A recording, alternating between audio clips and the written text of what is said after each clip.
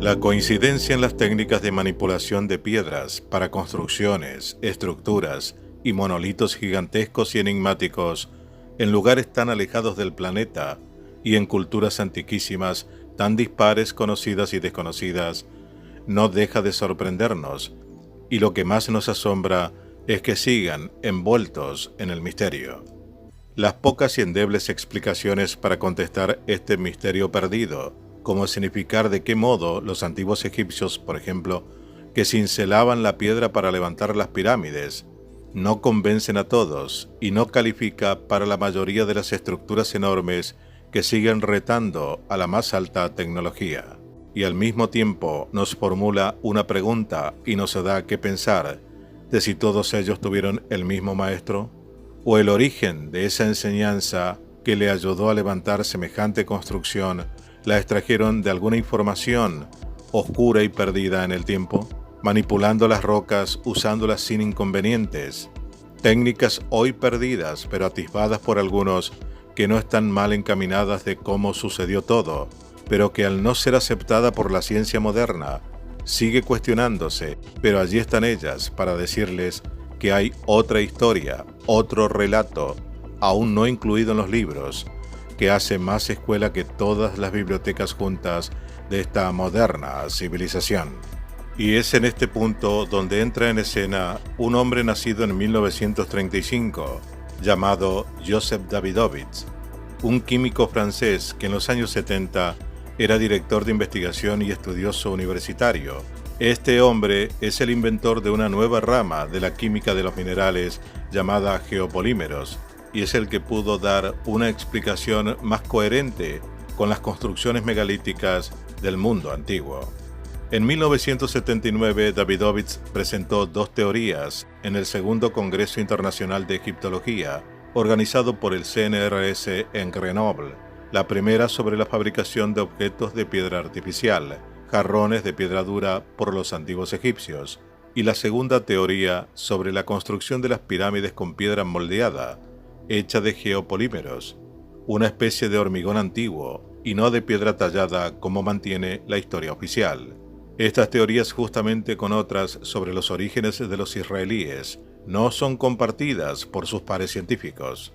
La teoría de Davidovits fue tomada en cuenta por el profesor Hobbs del MIT en Boston, que está haciendo pruebas para reconstruir con la ayuda de un equipo de colaboradores una pirámide a escala, de acuerdo con los datos suministrados por el químico francés en su estudio. Pero esto es solamente una muestra de lo que empezó a hacer la mayor y más profunda investigación sobre las construcciones de Mesoamérica, como las de Tiahuanaco y Pumapunku, lo daría a conocer a través de una conferencia de prensa hace algunos años. Es esta conferencia de prensa, con todos los detalles incluidos, es la que veremos a continuación.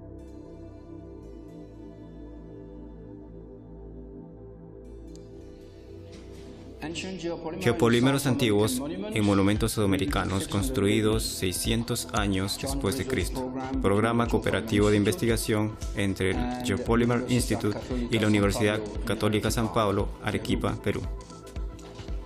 El título: Primeros resultados para Tiahuanaco, Pumapunku, Bolivia.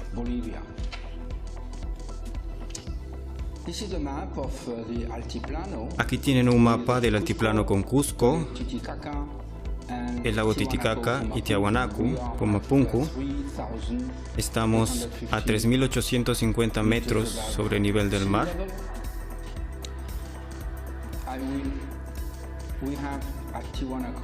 En Tiahuanaco se encuentra la famosa Puerta del Sol. No me enfocaré en ella, voy a enfocarme en el templo de Pumapunku, que está cerca y está construido de un grupo de bloques megalíticos, el más grande en el continente americano.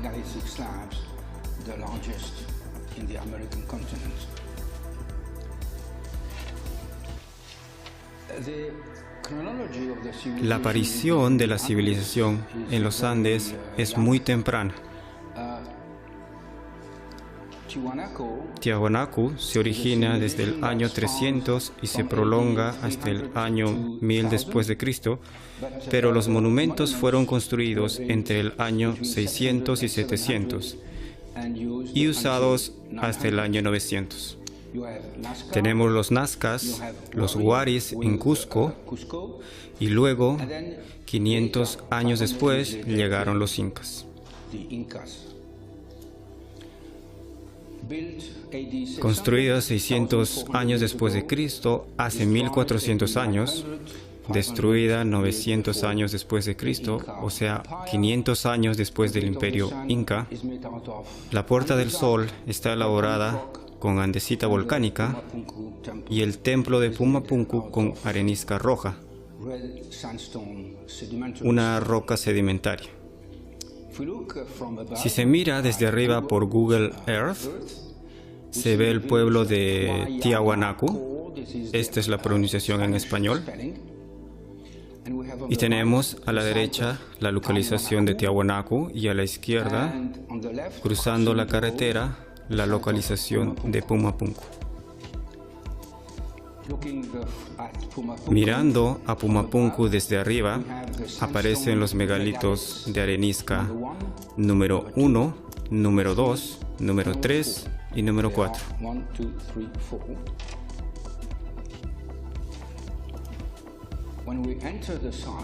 Esto es lo que se descubre al penetrar en el sitio. No se ven edificios, todo está derribado y los monumentos son solo restos de rocas yaciendo en el suelo. Desde arriba vemos los grandes megalitos y descubrimos, gracias a nuestro estudio que tenemos en este mismo sitio, la presencia de dos métodos geopoliméricos. Geopolímeros en medio alcalino para los megalitos de arenisca roja y geopolímeros en medio ácido para las estructuras de andesita. Método número 1, Pumapunku, los megalitos de arenisca. Tenemos los 4 bloques grandes, número 1, número 2, número 3 y número 4. El número 1 pesa 130 toneladas, es un monstruo. El número 2, 180 toneladas, casi alcanzan los 7 u 8 metros de ancho. El bloque número 3 está roto y una parte ha desaparecido. El bloque número 4 también está roto y pesa 150 toneladas. Los bloques fueron quebrados muy poco tiempo después de su construcción por un terremoto y se repararon con una especie de grapa hecha con metal, que suponemos era cobre. Allí se extraía el cobre o bronce. Así era el lugar. Esta es una reconstrucción tentativa. Puede ver en rojo los 4 megalitos de arenisca. Este es un templo muy pequeño, en una amplia terraza de 4 niveles. Y tenemos en este pequeño templo las plataformas número 1, número 2, número 3 y número 4. En 1970, el gobierno boliviano inició un estudio científico para determinar la procedencia geológica de estos gigantescos bloques de arenisca. Tenemos el informe, redactado en español, titulado Procedencia de las areniscas utilizadas en el templo precolombino de Pumapunku.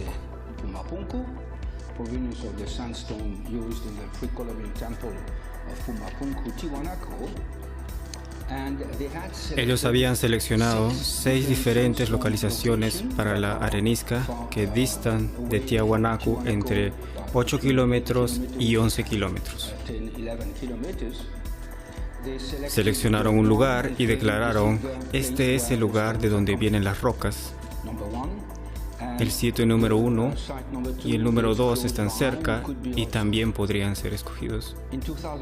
En el 2017 usamos este dato para comenzar nuestra investigación y agregamos un tercer sitio, el número 3. Calamarca. ¿Por qué? Porque hay registros arqueológicos en Calamarca en el pueblo de Calamarca que indican que el pueblo se mantenía activo en aquel momento.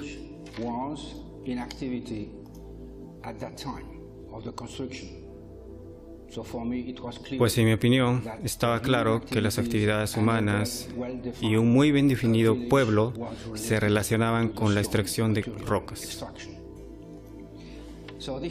Esto es lo que vemos desde Google Earth. Tenemos a Pumapunku a la izquierda, al nivel del altiplano a 3.820 metros.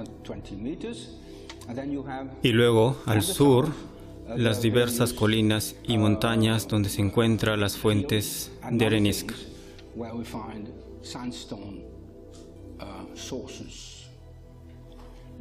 Número 1, Quebrada Causani. Número 2, Cerro Amarillani. Y número 3, Calamarca. El equipo fue a examinar todos estos lugares. Primero, Quebrada Causani, tuvimos que subir 300 metros hacia la meseta detrás del árbol. Así era en 1970, así ahora en el 2007, tuvimos que subir a lo alto, detrás del árbol, para llegar al sitio seleccionado por los arqueólogos bolivianos. Aquí tienen el rastreo por GPS de nuestro ascenso hasta el sitio.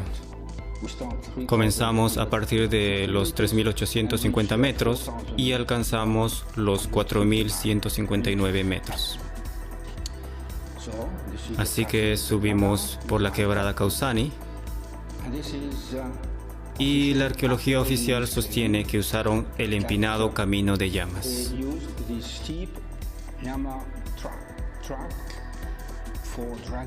para arrastrar sus 150 toneladas de megalitos hacia el valle.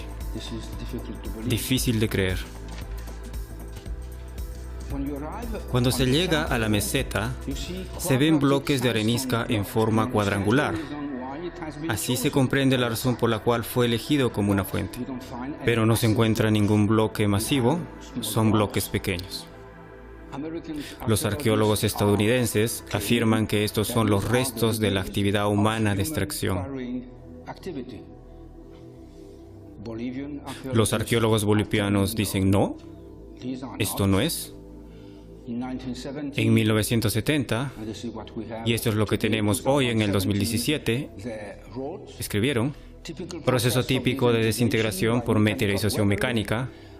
No había verdaderas canteras de arenisca utilizadas por los tiahuanacotas, tales como minas a cielo abierto de extracción o de galerías, pero en su lugar hubieron bloques separados por diaclasamiento. Este es un fenómeno geológico natural. En consecuencia, ocurre que ciertos bloques resultan cuadrangulares sin más significación.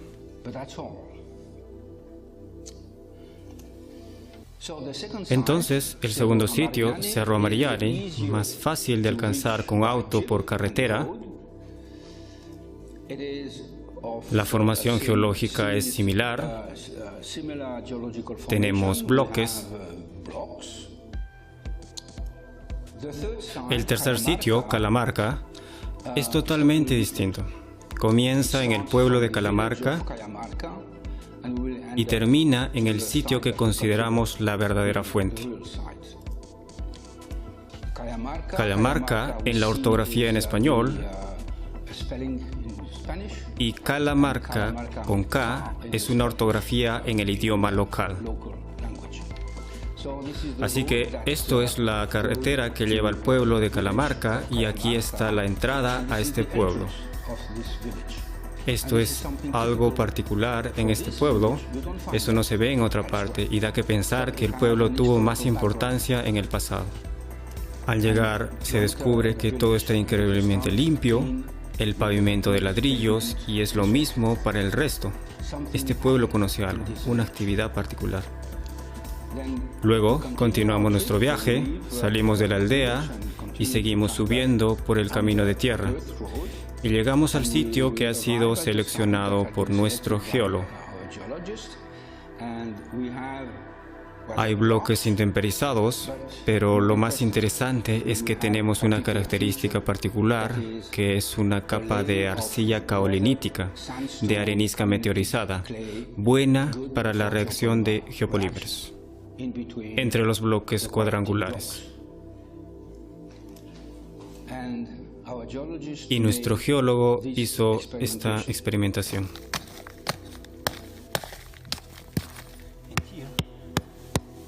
Aquí.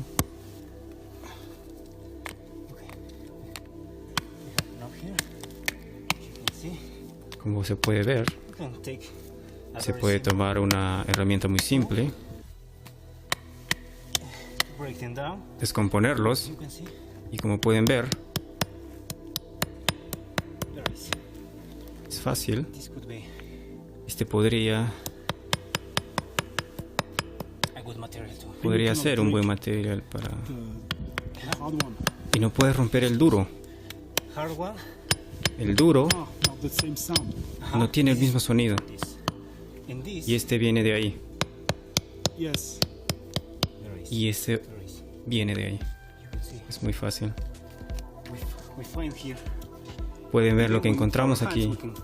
Incluso se descompone con nuestras manos. Muy fácil. Entonces, pudimos comenzar nuestra investigación. Tomamos un pedacito del monumento de la plataforma número 2. Aquí es donde está la flecha y está muy cerca del lugar donde los arqueólogos bolivianos tomaron también una muestra que está etiquetada número 9. Entonces pudimos comparar nuestra investigación con lo que ellos habían estudiado. Investigaciones científicas, secciones delgadas, microscopio óptico, difracción de rayos X, SEM-EDS, microscopio electrónico de barrido. Entonces empezamos con una sección delgada. Vamos a comparar el tamaño de los granos de la arenisca. La arenisca está hecha de cuarzo, feldespato y de una parte muy diminuta de arcilla. Para la primera fuente en quebrada Causani, que se encuentra a 4.100 metros de altura, Amarillani, la segunda de muy fácil acceso, la tercera Calamarca y nuestra muestra del monumento. Comparamos la dimensión de los cristales de cuarzo y los feldespatos. Es obvio que la primera, Causani, es demasiado fino. No corresponde con la muestra del monumento. La segunda, Amarillani, es demasiado grande. Los granos son demasiado grandes. Tampoco encaja en la muestra del monumento. Calamarca parece coincidir y debería ser la fuente del material.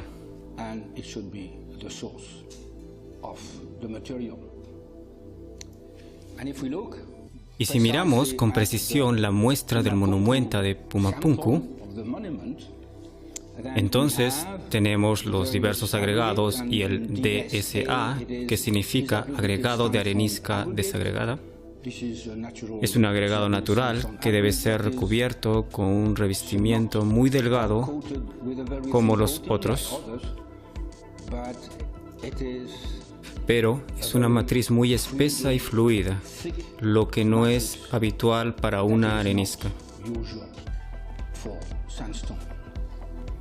lo que respalda la idea de una arenisca geopolimérica artificial. Presenta una cantidad muy importante de aglutinante. Tenemos las composiciones químicas de la roca geológica y de las rocas monumentales con EDS. Así tenemos para Causani, Amarillani, Calamarca y Pumapunku sodio, magnesio, aluminio, silicio, potasio, hierro. Podemos decir que prácticamente todos los ingredientes, magnesio, aluminio, silicio, potasio, hierro, aparecen en las mismas proporciones. Por lo tanto, nuestra muestra pertenece al mismo evento geológico. Así es como los geólogos lo explican. Sin embargo, si comparamos el contenido de sodio, vemos que para el monumento tenemos el doble de sodio. En comparación con Calamarca, lo que constituye 3 o 4 veces el contenido de la muestra de Amarigliani y prácticamente 2 veces el de Causani. Entonces, si aceptamos la idea de que Calamarca fue la fuente del material para hacer esta roca megalítica, tenemos que buscar el sodio procedente de otro lugar y que ha sido añadido. Tenemos que buscar los elementos químicos. ¿Podemos encontrar los elementos químicos? O mejor, ¿dónde explotaron los elementos químicos para los megalitos de arenisca roja? ¿Deberíamos tener un geopolímero de poliecialato de sodio en medio alcalino? Entonces tenemos que buscar natrón, carbonato de sodio. El carbonato de sodio era y sigue siendo extraído de Laguna Cachi, un lago pequeño que se encuentra al sur del gran salar de Uyuni, en el altiplano. Caravanas iban y venían casi a diario desde Tiahuanaco hacia el sur. Esta civilización es famosa por sus caravanas de llamas que lo llevaban de todo.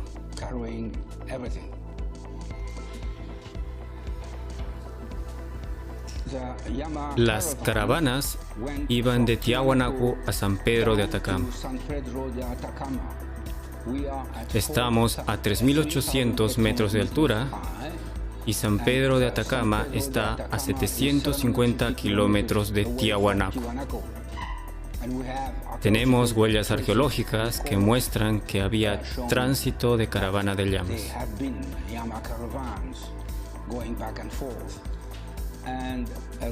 Y el camino de la caravana de llamas llega a Laguna Cachi, que está cerca al sur del Sayar de Uyuni. Esta es la Laguna Cachi vista de arriba y la Laguna Cachi desde la vista del suelo. Y el camino de la caravana de llamas pasa por Laguna Cachi y la carretera actual también la atraviesa. Así que hemos utilizado el microscopio electrónico de barrido, SEM. Tenemos debajo el grano de feldespato, F, los granos de cuarzo, Q, encontramos albita y clorita. Pero lo que encontramos es una albita muy especial, llamada por los geólogos albita autigénica, algo que se forma después de la consolidación de la arenisca. Imaginen la arenisca, la arena se deposita en el fondo del océano y comienza a endurecerse por la compresión y así sucesivamente. Después de 1 o 2 millones de años, el agua, algo alcalina, se infiltra en la arenisca y debido a las inclusiones de la pequeña cantidad de álcalis de sodio, se obtiene la formación, una cristalización de albita.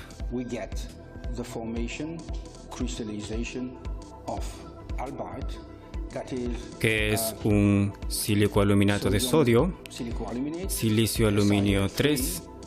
Existe geológicamente, por lo general, suelen ser cristales grandes. Aquí tenemos una capa uniforme muy delgada.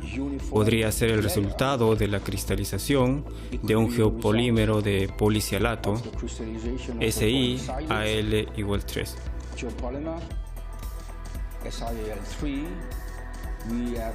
Tenemos una concentración más alta en el ingrediente y la cristalización.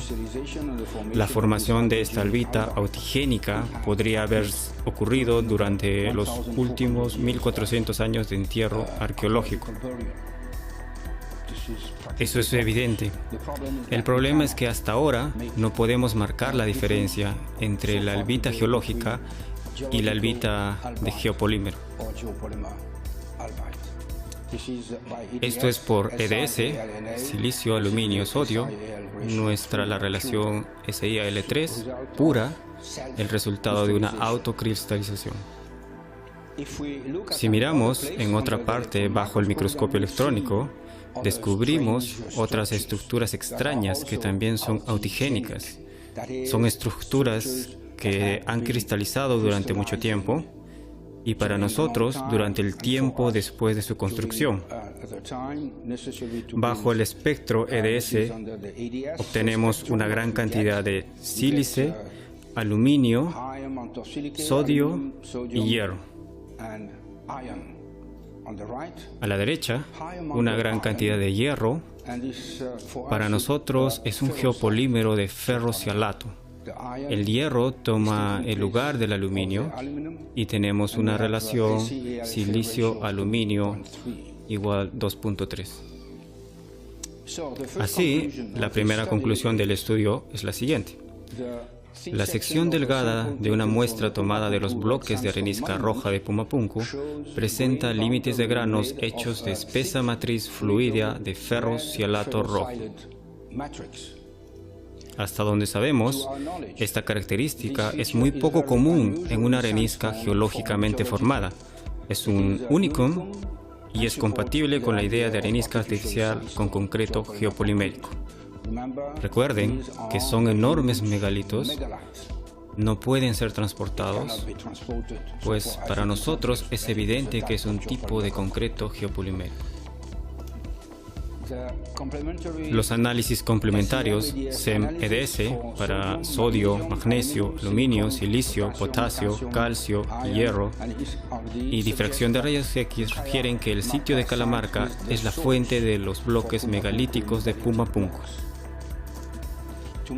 Para hacer su concreto geopolimérico de arenisca, los constructores pueden haber transportado arenisca caolinítica finamente erosionada desde el sitio de Calamarca. Agregaron elementos foráneos como el natron extraído de Laguna Cachi, un pequeño lago ubicado al sur del Gran Salar de Uyuni en el altiplano. Los bloques megalíticos de entre 130 y 180 toneladas, hechos de un geopolímero antiguo, fueron moldeadas hace 1400 años. Tenemos bloques de concreto. Tenemos bloques de concreto y no pequeñas rocas cuadrangulares que hombres hubieran arrastrado hacia abajo. Esto es imposible de arrastrar, pero posible de fabricar.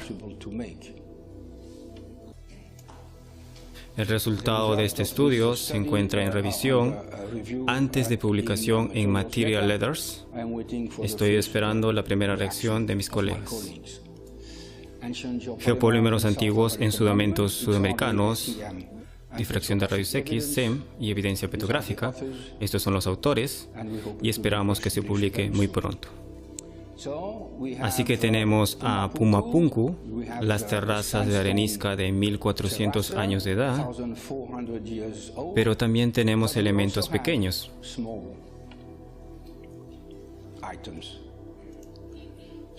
Recuerden, hemos encontrado dos diferentes métodos. Hemos visto el primero, geopolímeros en medio alcalino para megalitos de arenisca roja. Ahora vamos a ver geopolímeros en medio ácido para estructuras volcánicas de andesita gris. La parte 2 irá dedicada a la andesita.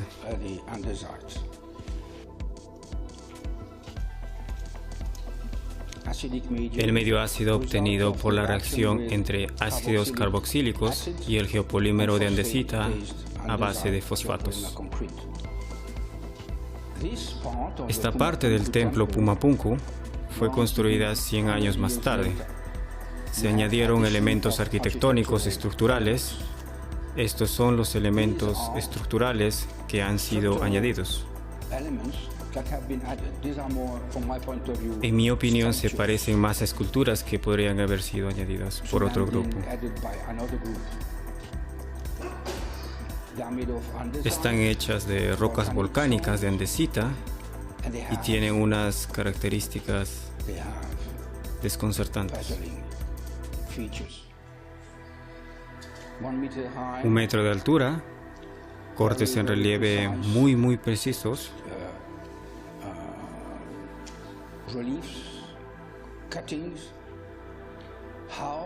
¿cómo estos cortes tan perfectos pudieron ser realizados con una sencilla herramienta de piedra, con perfectos de 90 grados, muy liso?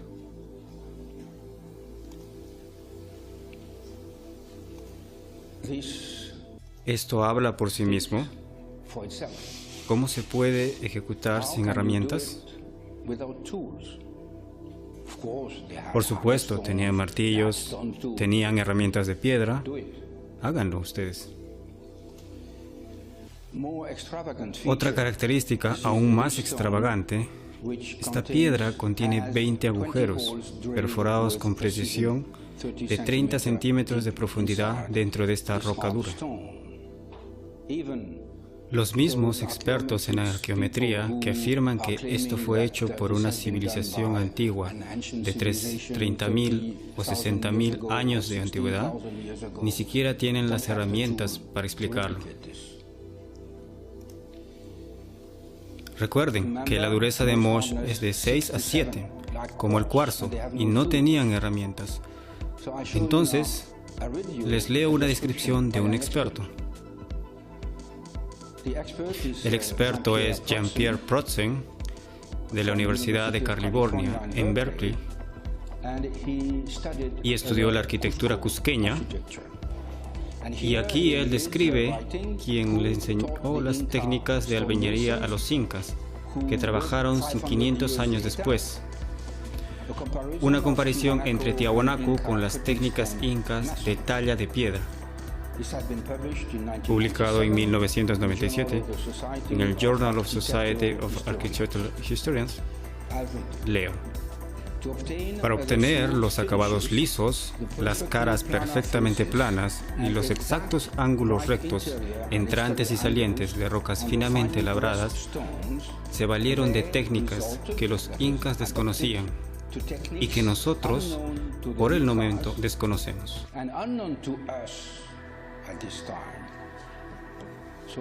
Entonces, tenemos aquí un arqueólogo que dice que no sabemos. Es la primera vez que me encuentro con un arqueólogo que dice no sé.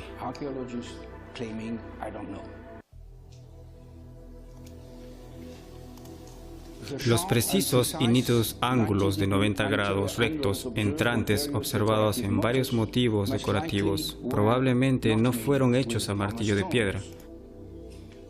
No importa la finura de la punta del martillo, porque nunca podrá producir ángulos entrantes tan rectos como los vistos en la roca de Tiahuanaco, Pumapunku.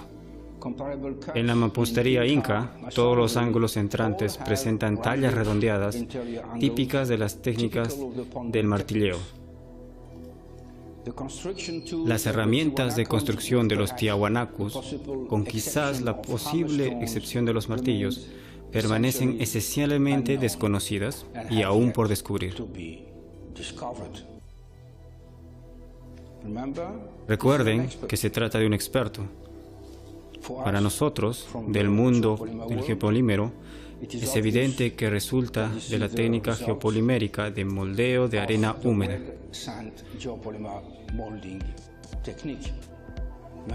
Aquí tenemos todas las características de un artefacto que se obtuvo machacando arena húmeda en un molde. Así se obtiene una superficie muy precisa, muy limpia, muy plana, y en la superficie se ven burbujas pequeñas, burbujas de aire semiesféricas, que se sitúan contra el molde. Está claro, no hay problema. ¿Dónde están las fuentes de esta roca volcánica de andesita? Recuerden, para arenisca, para los megalitos, nos hemos apoyado en un estudio petrográfico llevado a cabo en la década de los años 70, pero no tenemos nada equivalente para la piedra volcánica. ¿Por qué? Tiene aquí el mapa Tiahuanacu y debajo varios sitios que estudiamos las fuentes de arenisca. Según los viajeros, la fuente de los monumentos debería ser el volcán Cerro Capilla.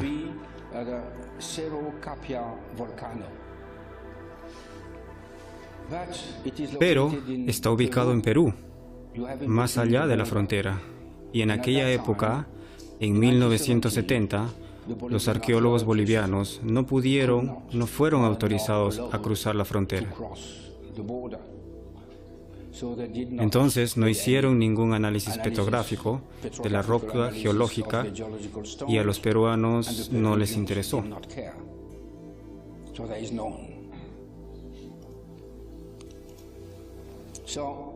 Entonces comenzamos nuestra investigación con lo que teníamos.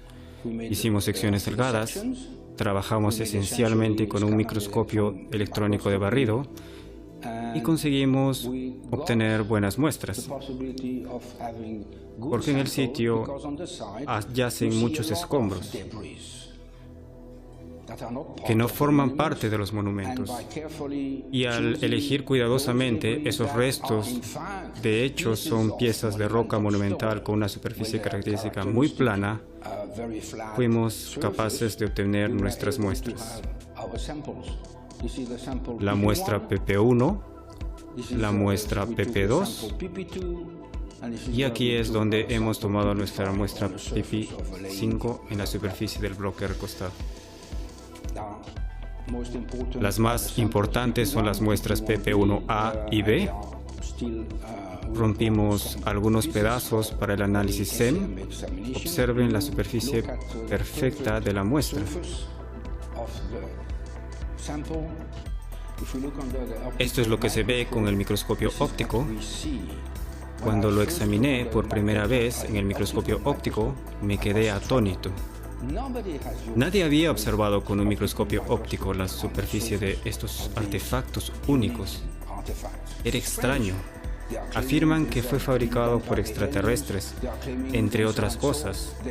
No hay marcas de herramientas, nada, pero no se tomaron el tiempo de examinarlas bajo el microscopio óptico.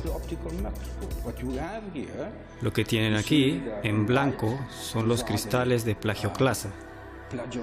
Y en el medio hay agujeros en diferentes colores. Es una superficie que es muy plana, uniforme, nivelada, pero llena de agujeros.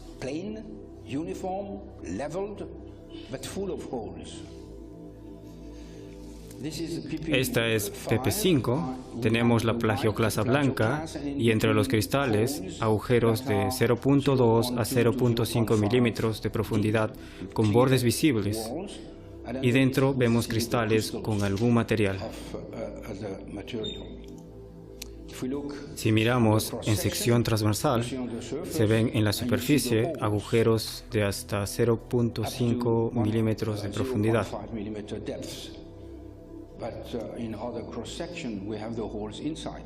Pero en otra sección transversal aparecen adentro. Se trata de algo típico de estos artefactos. Observamos ahora la sección delgada, hermosa, bajo la luz polarizada, aún más que la arenisca. Verán ustedes en blanco los minúsculos cristales de feldespato plagioclasa.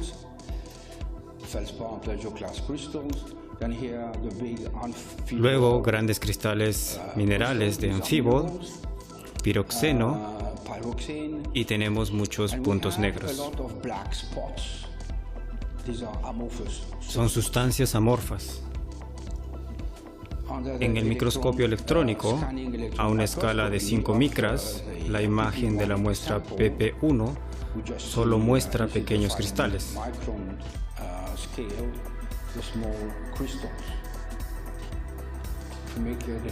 Si hacemos el análisis EDS, encontramos que es feldespato, plagioclasa. Ahora continuamos nuestra investigación. Más interesante que observar la superficie es mirar dentro de los agujeros, ¿Qué hay dentro? Tenemos nuestros puntos 1, 2, 3, 4, 5, luego 6 y 7. Enfocándome en el punto número 4, a incremento del aumento, entonces tenemos un material negro en el agujero rodeado de cristales de feldespato. En realidad está hecho de varios minerales diferentes. Si comparamos esta imagen del microscopio con la imagen SEM, tenemos exactamente lo mismo. Entonces, verán a la izquierda la plagioclasa, es el cuerpo blanco. H para horblenda, un cristal. Pa para piroxeno augita. FSI para ferrosilicato. Y en medio de eso tenemos algo que no corresponde con ningún mineral clasificado desde el microscopio óptico.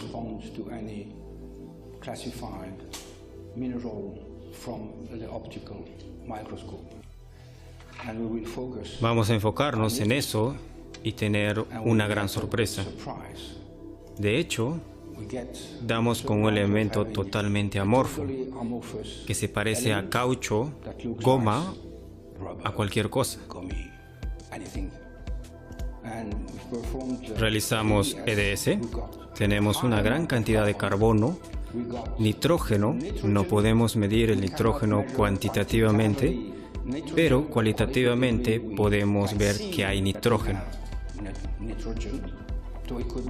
Entonces podría ser una materia orgánica de amonio, así que tenemos una materia orgánica en una roca volcánica, lo que va en contra de la naturaleza. Entonces, fue hecho por el hombre.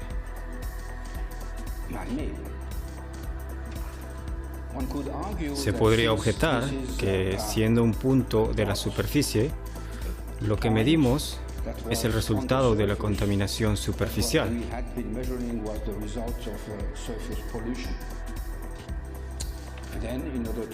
Luego, para hacer frente a este argumento, fuimos adentro.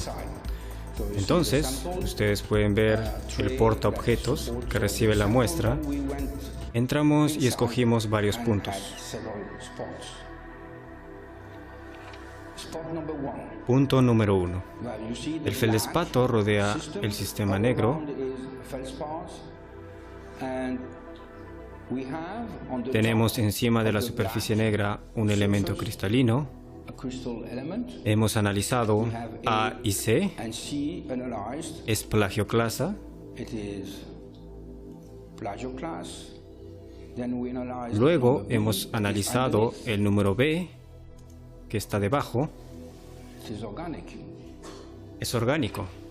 Entonces, tenemos feldespato plagioclasa en la parte superior de una materia orgánica. Esto está adentro de la roca. Otro punto, tenemos una superficie muy lisa que podría ser la superficie de un aglutinante, y tenemos la mancha oscura. Nos enfocamos en la mancha oscura, materia orgánica, nitrógeno y carbono. Punto número 3. Tenemos el mismo nitrógeno, carbono y otros elementos.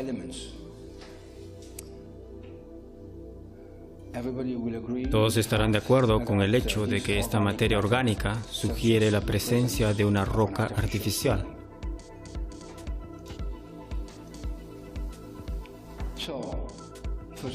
Primeras conclusiones. ¿Cuál es la química empleada?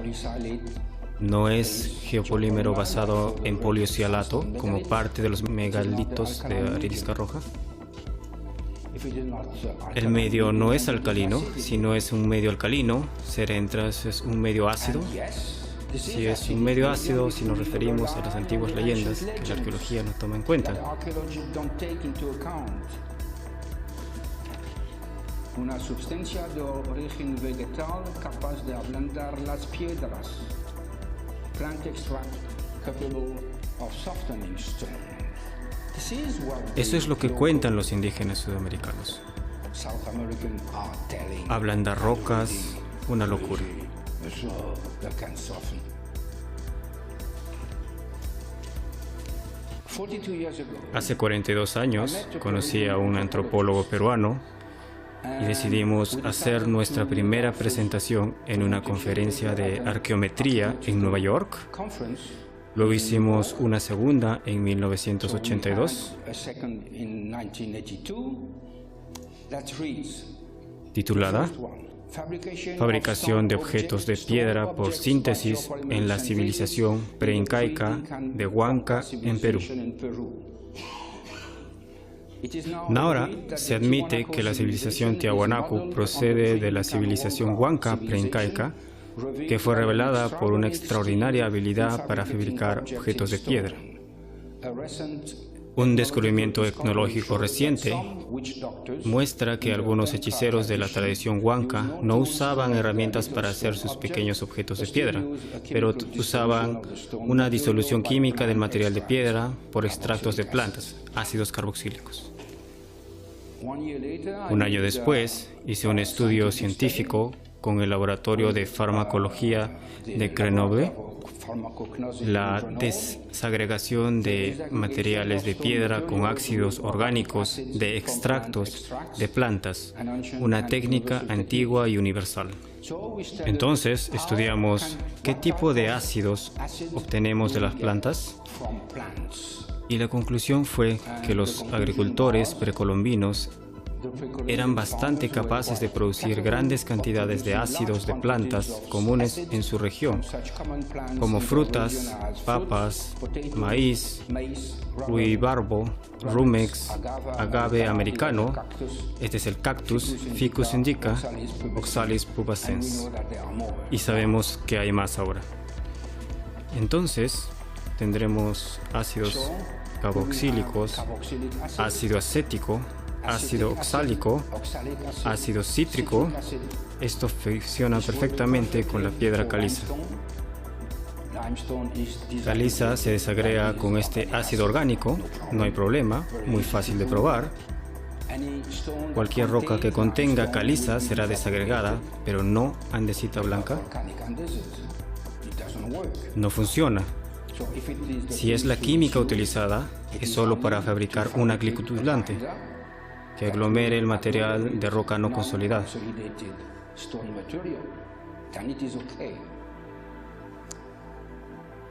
Entonces, hay una clara diferencia entre piedra caliza y volcánica. ¿Tenemos pistas arqueológicas que sugieren que esta idea no es una locura? Pruebas arqueológicas relativas al cultivo extensivo de maíz para una posible fabricación de vinagre, ácido acético. Otro experto, especialista de la región, es estadounidense. Los expertos son todos arqueólogos estadounidenses. Cada uno está especializado en un tema. Paul Goldstein, Departamento de Antropología de la Universidad de California.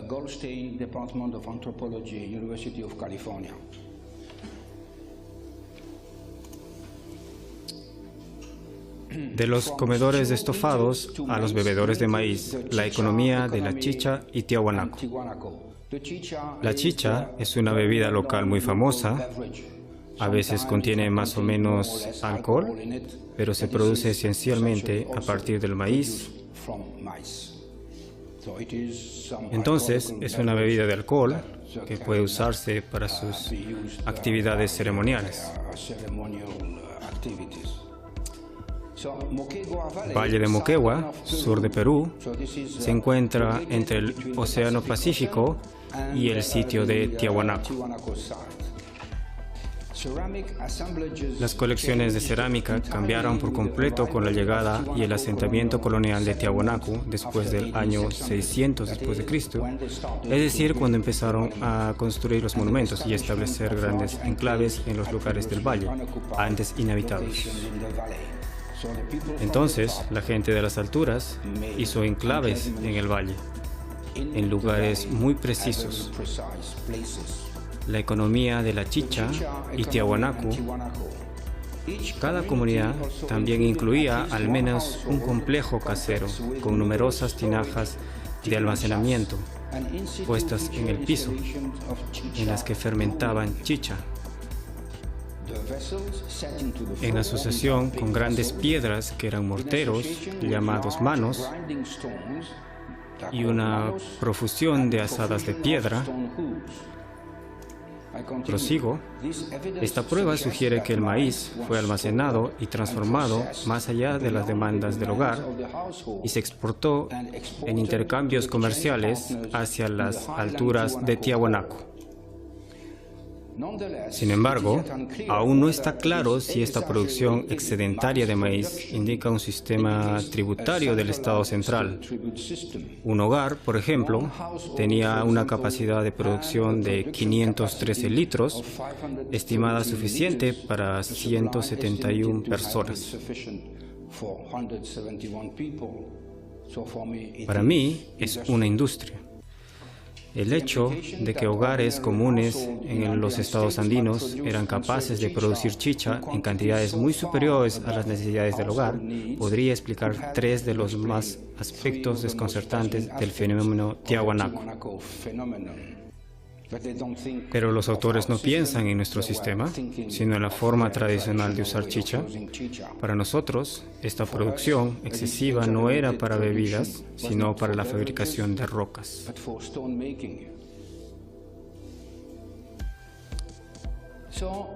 Así que varias personas trataron de descubrir el secreto de esta fabricación de rocas. Por ejemplo, se puede leer en Internet cosas que fueron publicadas en los años 60.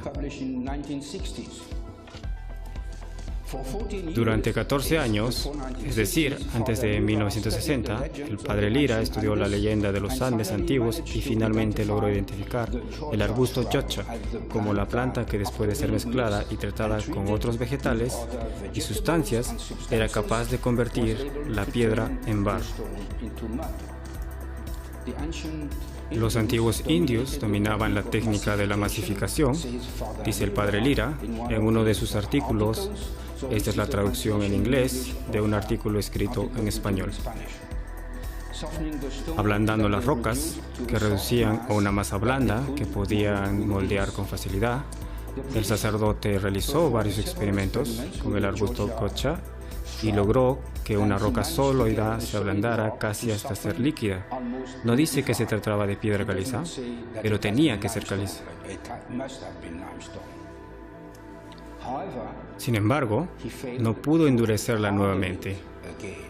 Así que no pudo endurecerlo de nuevo, así que consideró su experimento como un fracaso. Esta fue la razón por la cual hace 40 años también nosotros nos detuvimos. Podíamos desagregar, pero no podíamos volver a aglomerar y endurecer otra vez. Tuve que esperar para obtener el conocimiento adecuado. Este conocimiento solo lo empezamos a tener hace 1 o 2 años.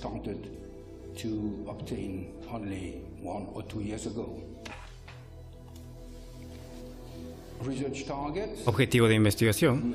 Hemos desagregado. Tenemos que encontrar el endurecedor. Cómo reconstituir. Las bases químicas se desarrollan en mi libro. Capítulo 13. Geopolímeros basados en fosfato. Capítulo 14. Geopolímeros orgánicos y minerales.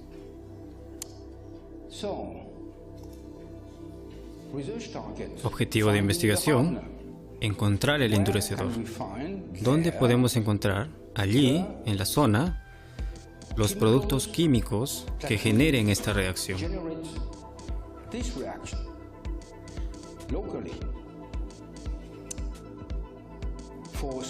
Para la arenisca hemos encontrado el natrón, para los grandes megalitos, para la piedra andesita volcánica, tenemos un aglutinante orgánico en medio ácido y estamos buscando el endurecedor.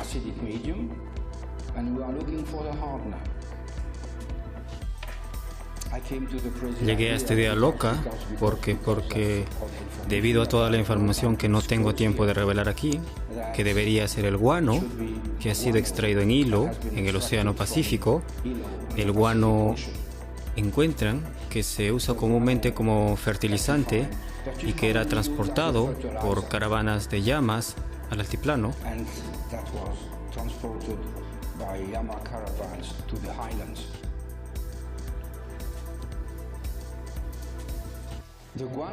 El guano es un excelente fertilizante, pero no es la razón por la que ellos lo transportaron a las tierras altas.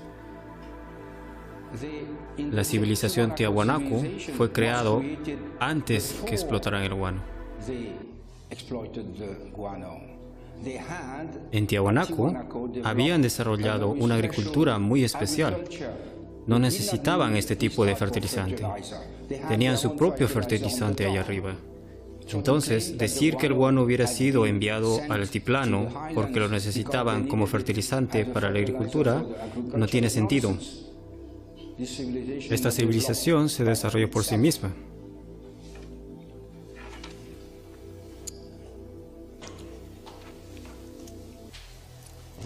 Objetivo de investigación: encontrar el endurecedor. Este es el análisis que se llevó a cabo 150 años atrás en especímenes de guano peruano.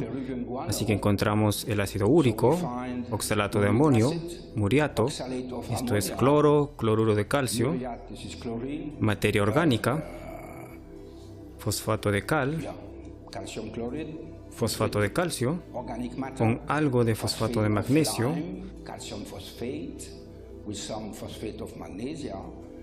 calcio oxalato, oxalato de cal y agua. Y si agregamos algo del ácido carboxílico que hemos fabricado, ya sea con maíz u otras plantas, el oxalato de amonio se transformará en ácido oxálico, el ácido fosfórico se transformará a partir de fosfato y calcio, el fosfato de calcio con ácido acético produce ácido fosfórico. El oxalato de amonio con ácido acético produce ácido oxálico. Entonces tenemos nuestros ácidos que iniciarán la reacción química. Existen algunos registros arqueológicos de estas caravanas y negocio entre el guano de Hilo y Tiahuanaco, subiendo desde el nivel del mar hasta 3.800 metros de altura. Bueno, hay un texto sobre las caravanas de guano entre Hilo, Moquegua y el altiplano. Ha sido publicado en los estudios de arqueología en Leiden, Universidad de los Países Bajos, en el 2005 por Willy Minkes. Leo. El descanso está cerca de Hilo. El descanso significa el lugar de descanso en español.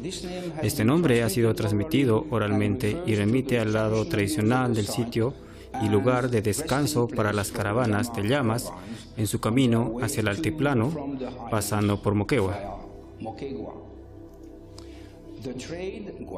Este negocio, guano, parece haberse intensificado durante la fase Tiahuanaco, Moquegua, posiblemente estimulado por la necesidad de más guano. Los primeros documentos coloniales afirman que las caravanas de llamas transportaban este producto. La población costera recibía coca, lana de camélidos, carne seca, así como llamas para el transporte de guano. Fuimos a visitar Hilo. El sitio de guano de Punta Coles es una reserva natural.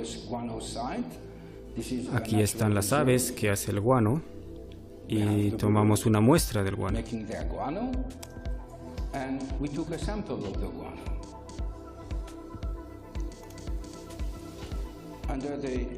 Así es como se ve con el microscopio óptico. La escala es de 1 milímetro y bajo el microscopio electrónico y el análisis, así es como aparece carbono, nitrógeno y el resto.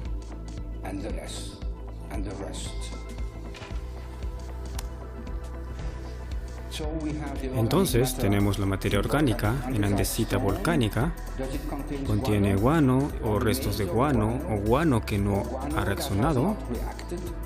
Comparamos el espectro EDS del monumento Pumapunku. Tenemos el carbono nitrógeno, sodio, magnesio, aluminio, silicio, fósforo, azufre, cloro, potasio y calcio.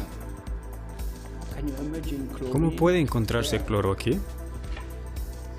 Aquí aparece el monumento, aquí el guano, carbono, nitrógeno, sodio, magnesio, aluminio, silicio, fosfato, sulfato, cloro, potasio, calcio, hierro.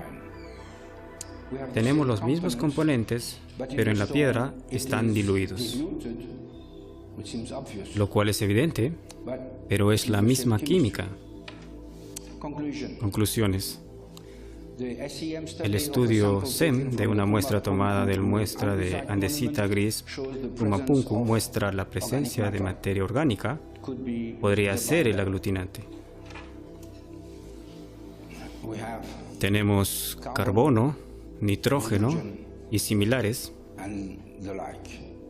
Esta característica es muy inusual en una roca volcánica, es un único y es compatible con la idea de andesita artificial con concreto geopolimérico. Para hacer el concreto geopolimérico de andesita, los constructores pueden haber transportado toba volcánica no consolidada del tamaño de la arena desde el cerro Capilla.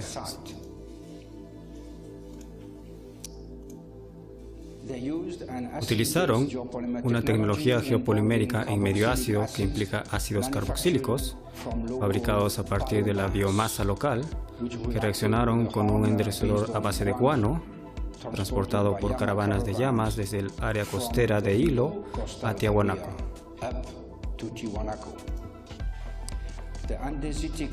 Los elementos arquitectónicos andesíticos de motivos finamente esculpidos están hechos de un geopolímero antiguo, moldeado hace 1300 años. En resumen, tenemos los megalitos de arenisca roja, un geopolímero alcalino de 1400 años de edad, y tenemos las estructuras de andesita gris, geopolímero ácido de 1300 años de edad. Apoyándonos en las antiguas leyendas con extracto de plantas capaces de ablandar las piedras, ¿qué hay después? La Puerta del Sol es andesítica, que data del mismo periodo. ¿Es un geopolímero antiguo? ¿Y qué hay de los muros de Cusco, a 450 kilómetros al norte? ¿Serán del mismo material? ¿Serán andesíticos o caliza? Veremos si son ambos. ¿Usaron el mismo método? No lo sabemos, no los hemos estudiado. ¿Qué hay después? No tenemos ningún análisis actual para las presuntas fuentes geológicas en el volcán Cerro Capilla. Hay varios tipos de material andesítico, por lo que debemos haber varios tipos de fuentes que debemos estudiar.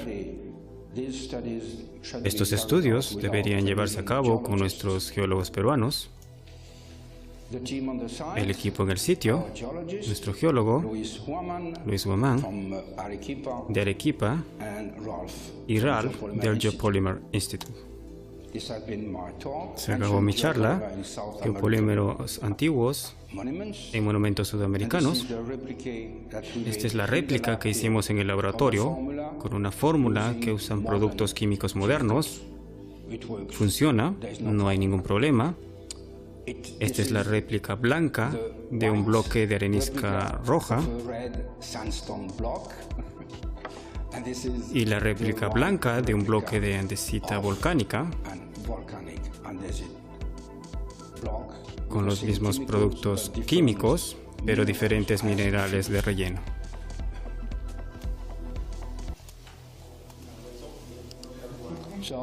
Entonces, esta es mi última diapositiva. Personalmente, me ha asombrado lo que descubrimos. Creo que es importante, es el comienzo de una investigación detallada muy complicada, pero es la línea base que tienen que seguir, y les pido a nuestros amigos sudamericanos que se pregunten, ¿por qué no en Colombia? ¿Por qué no en México? ¿Por qué no en Perú? Y así sucesivamente. ¿Cómo comenzar los estudios introduciendo el conocimiento de las reacciones geopoliméricas?